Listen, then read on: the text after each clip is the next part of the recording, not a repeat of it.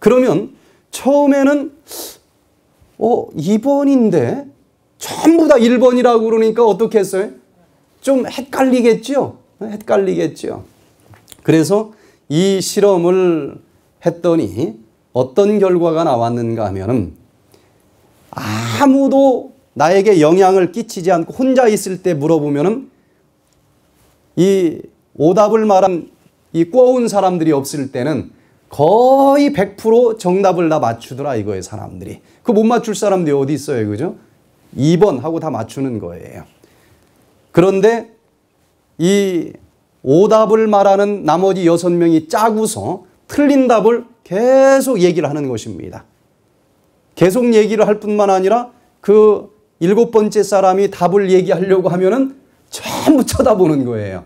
전부 쳐다보는 게 짜고서 6명이. 그러면은 헷갈리겠죠, 그죠? 나만 좀 혹시 내가 뭐 잘못 먹어서 머리가 잘못 돌아가는 건가 싶기도 하고, 나 혼자 얘기하면은 괜히 좀 혼자 이상한 사람 취급받을 것 같기도 하고, 그래서 그때는 분명히 자기가 답을 알고 있는데도 앞에서 얘기한 사람들대로 틀린 답을 얘기를 하더라는 것입니다. 그래서 정답이 맞추는 것이 한 60%, 70%까지 떨어진다는 거예요. 그래서 이것을 이 심리학자들은 자기 의견이 있지만 사람은 옆에 있는 사람들에게 동조하는 경향이 있다. 틀린 것일지라도 동조하는 경향이 있다. 그렇게 얘기를 하는데 얼마 전에 이 한국에 있는 EBS TV 방송에서 그게 진짜인가 하고 그대로 다시 실험을 해봤어요. 사람들을 데리고. 그 결과를 한번 동영상으로 한번 살펴보도록 하겠습니다. 과연 분명한 이렇게 간단한 분명한 답이 있는데도 옆에 사람들이 다 틀리다고 얘기하면은 오답을 얘기할까? 그래서 TV 방송에서 공개 실험을 했는데 한번 좀 봅시다. 우리는 먼저 특별한 상황 속으로 들어갈 겁니다. 여기 우리들의 모습이 있습니다. 네, 들어오세요. 이 대학생들은 시지각에 관한 문제를 풀기 위해 방송국에 왔습니다. 출제자가 학생들에게 아주 간단한 문제를 보여줍니다. 다음 A, B, C 세 개의 선 중 옆에 그려진 X선과 길이가 같은 것은 어떤 것일까요? 정답은 물론 B입니다. 여기 지금 화면에 보시면 알겠지만 문제가 너무 쉬운가요? A, B, C 기억력 테스트하고 이런 그런데 이 방에는 함정이 숨어 있습니다.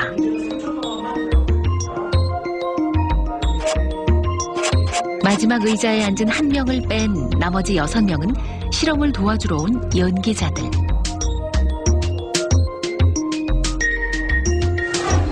여섯 명의 공모자는 미리 짠 대로 줄줄이 틀린 답을 댈 겁니다. 마지막 7번째 의자에 앉은 단 한 명의 실험 참가자. 그들은 과연 소신껏 정답을 말할 수 있을까요?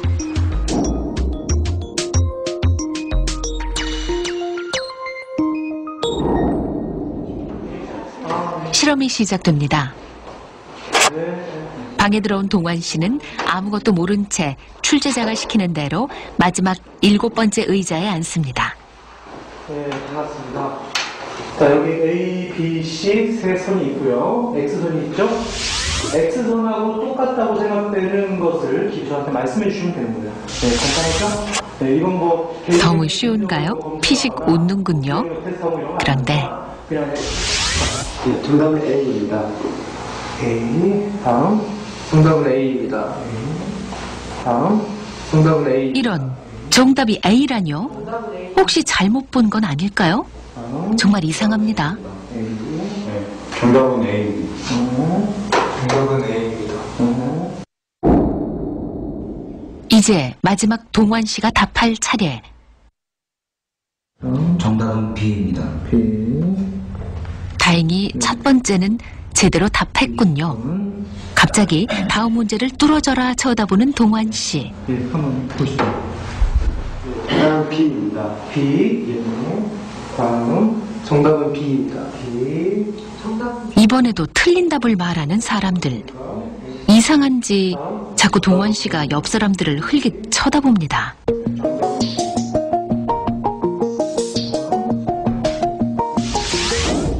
또 동원 씨가 대답할 차례군요. 이때 6명의 공모자는 미리 짠 대로 일제히 동원 씨를 쳐다봅니다.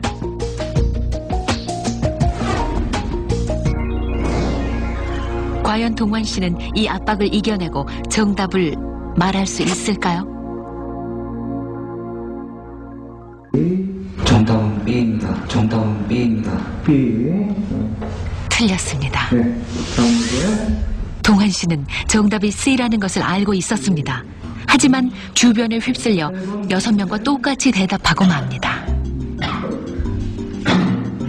정답은 B. 정답은 A입니다. A. 정답은 C입니다. C. 6대 1의 싸움. 이 방에서 진실은 너무나 쉽게 버림받습니다.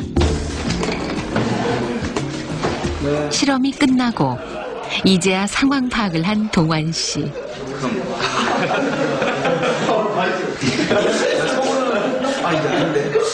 이게 아닌데 왜 이럴까 생각하다가 저는 혼자 신데 B로 뭐라 하시는 거예요. 혼자 바보게 되기가 싫어갖고 따라가자 그냥 따라갔죠. 만약에 혼자만 다른 답을 이야기하면은 어떻게 될 것 같은 느낌이 있었어요? 남들은 정상인데 저는 비정상. 그렇다면 이 마지막 7번째 의자에 몇 명을 더 앉혀보겠습니다. 네. 정답은 C입니다. C. 다음. 정답은 C입니다. C. 다음. 분명 정답은 B인데 얼굴에 황당하다는 표정이 스치는군요. 선택의 순간은 점점 다가오고 정답은 C입니다. C. 다음. 정답은 C입니다. C. 정답은 C입니다. 결국 이 마지막 의자에 앉았던 사람들 중 70%가 보이지 않는 압력에 굴복해 어처구니 없게도 틀린 답을 따라하고 말았습니다. 네, 정답은 C입니다. 네. C. 다음. 정답은 C입니다. C. 다음. 네. 자꾸 다 똑같은 거 말하니까 헷갈렸는데 내가 잘못 봤구나 그렇게 생각했어요. 다 이상하다고 생각했어요. 제가 이상한 것 같기도 하고 다른 사람은 다 이상한 것 같기도 하고 왠지 틀리면 왠지 다른 사람한테 신경 쓰일 것 같기도 하고 괜히 튀는 게 싫어서 그냥 이렇게 묻어가자 이런 식으로.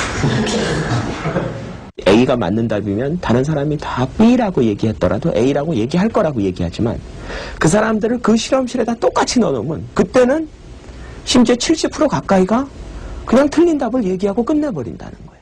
사람들이 다른 사람으로부터 배제되는 경험을 하게 되면 우리 뇌에서 어느 부위가 활성화가 되냐면 신체적으로 우리가 아픔을 당할 때 활성화되는 그 부위가 활성화된 똑같은 부분이. 그러니까 그게 뭘 보여주냐면 인간은 기본적으로 다른 사람들과 관계를 맺고 그 사람들 속에 포함되려는 아주 강력한 동기가 있다는 거죠. 우리는 스스로를 자신만의 원칙과 믿음과 가치관을 가진 이성적이고 합리적인 존재라고 생각하죠. 우리 인간이 이렇게 만들어진 존재들입니다.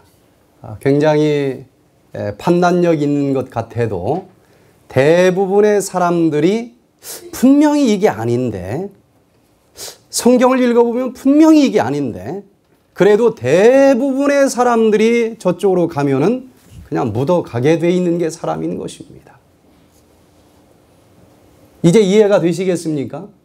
혼자 기도하면서 읽어보면 분명히 성경에 이렇게 나와 있는데 대부분의 사람들은 그거하고 틀리게 믿고 있는 거예요. 그러면 아니야 잘못됐어 이렇게 할 수 있을 것 같은데 그렇게 못한다는 것입니다. 그냥 묻어가는 거예요. 괜히 나만 이단될 필요 없잖아요. 그게 무서운 거예요. 그러나 진리는 다수결에 의해서 결정되는 것이 아니라는 것입니다. 옳은 것이냐 틀린 것이냐 하는 것으로 진리를 찾아야지, 이 인간의 이런 연약한 속성 때문에 그저 많은 사람들이 가고 있는 곳이 어디냐, 절대로 진리를 찾을 수가 없습니다. 그런데 이 솔로몬 아쉬 박사가 실험한 내용 중에 놀라운 사실이 하나가 더 있습니다.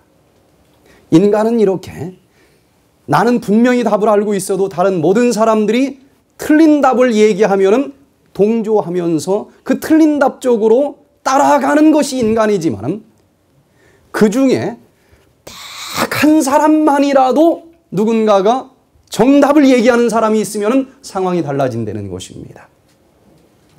아무리 많은 사람들이 오답을 짜고서 얘기한다 할지라도 그 중에 한 사람만이라도 정답을 얘기하는 사람, 그런 용기 있는 사람이 있으면 나도 내가 옳다고 생각한 것을 어떻게 할까요? 말할 수 있다는 것입니다. 그래서 그 실험을 보니까 이 정답을 말하는 사람이 한 사람이라도 있기만 하다고 하면은 다 틀리게 얘기해도, 99명이 틀리게 얘기해도, 아, 누군가는 자기 소신껏 얘기하는 사람이 있구나, 거기에 용기를 얻어서 내 마음이 썩지 않을 수 있다는 것입니다. 내가 생각하는 진리를 진리라고 얘기할 수 있는 일이 가능해진다는 것입니다. 그래서 한 사람만 정답을 얘기하는 사람이 그 중에 있어도 거의 그 사람들은 정답에 가까운 얘기를 하더라는 것입니다. 이 세상이 다 썩었고 부패되어 있다 할지라도 예수님께서는 우리에게 소금과 같은 삶을 살으라고 얘기를 하는 것입니다. 아무리 묻어가는 세상이라 할지라도 나 하나만이라도 진리가 무엇인지를 깨닫고 누가 뭘 한다 할지라도 그 진리대로 살아가는 사람들, 그런 사람들을 성경에서는 소금과 같은 사람이라고 부르는 것입니다. 아무리 소수일지라도 그런 소금과 같은 삶을 살아가는 사람이 한 사람만이라 있다 할지라도 이 세상 모든 사람들이 저 유황불 구덩이 속으로 틀린 줄 알면서도 가지는 않는다는 것입니다. 그 중에 정말 간절히 기도하는 몇 사람들은 용기 있게 내가 성경을 읽어보니까 이것이 진리더라 고백할 수 있고 진리의 대열로 나올 수가 있다고 하는 것입니다. 그러니 우리의 역할이 중요할까요? 안 중요할까요? 숫자와 상관없습니다. 내가 깨달은 진리대로 살아가시게 되기를 바랍니다. 이 세상이 돈이 전부가 아닌 것이 아닌 것입니다. 영원히 존속하는 그 진리를 내 삶의 모토로 삼으면서 아무리 손해보는 한이 있어도 양심을 지키고 정말 내가 옳다고 인정하는 것을 끝까지 지켜가면서 살아가는 그런 멋있는 사람들이 좀 많지는 않지만 있어야 되지 않겠습니까? 저는 아무리 주장이 틀리다 할지라도 자기가 옳다고 생각하는 것을 위해서 목숨까지 바치는 사람들, 자기가 옳다고 생각하는 것 때문에 그 수많은 것을 잃어버리면서도 그 주장을 버리지 않는 사람은 저와 전혀 다른 주장을 한다 할지라도 존경스럽습니다. 적어도 자기 자신을 속이지 않는 사람들이, 속이지 않고 살아가는 사람들이 이 세상에 너무나 없기 때문에 어떤 주장을 가지고 있다 할지라도 자기가 믿고 있는 것 때문에 끝까지 주장하다가 돌멩이에 맞아 죽든지 어떻게 어려움을 당하든지 그렇게 자기가 깨달은 것대로 살아가는 그 소신 있는 사람들, 좀 존경스럽지 않습니까? 이 마지막 시대에 세상은 그런 사람들을 기다리고 있습니다. 어떤 것일지라도 여러분 정말 목숨을 내놓고서라도 내가 요대로 따라가고 요대로 살아야 되겠다고 하는 그 진리를 찾으시게 되기를 바랍니다. 그리고 소신껏 걸어가는 그 삶은 이 세상이 누릴 수 있는 어떤 것보다 더 큰 마음의 평안과 마음의 기쁨을 누릴 수 있지 않겠습니까? 그 진리를 찾으시길 바랍니다. 김진홍 목사님이 목사가 되기 전에 철학을 전공했다고 그러죠. 철학을 전공하면서 제일 첫 번째 철학 시간에 교수님한테 인생이 무엇입니까? 하고 질문을 던졌더니 칸트가 어쩌고 저쩌고 얘기를 하더래요. 아니 그거 책 쓰기 위해서 쓴 그 얘기 말고 교수님이 생각하는 인생이 무엇인지를 얘기를 좀 해 주십시오. 그랬더니 그냥 얼버무리면서 답을 못 주더래요. 그래서 이 김진홍 목사님이 진짜 인생이 무엇인지 아이스 케이크통 하나 들고서는 천국을 방황하면서 인생은 무엇일까 하고 돌아다녔다고 그러지 않습니까?